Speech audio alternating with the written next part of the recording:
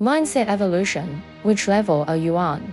A sudden clarity in the end. What determines a person is destiny is not character or effort, but their mindset.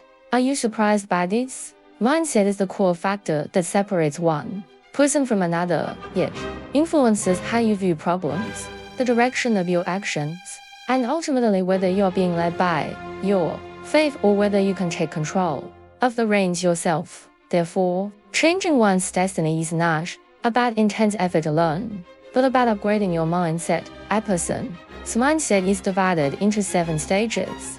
Which stage you're in shapes your entire outlook. Stage 1. Animal instinct. Living impulsively.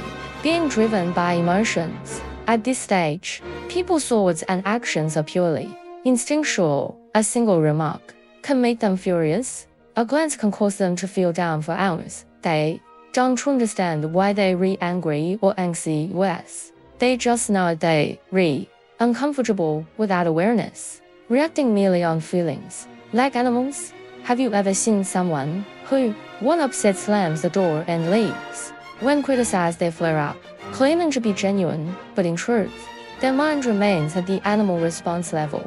Such people are most easily manipulated.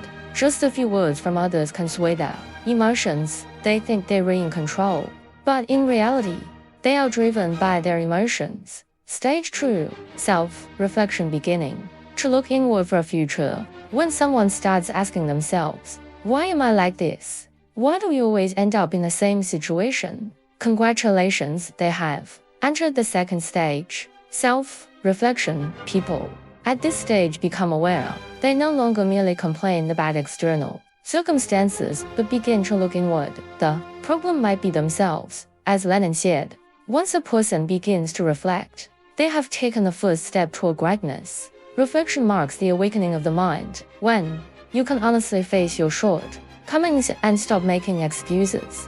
You move from being pushed by destiny to observing. Yet, this is the first light, emerging from chaos to clarity. Stage 3. Emotional control. From reactive responses to inner calm. At this stage, individuals can recognize their emotions without being controlled by them.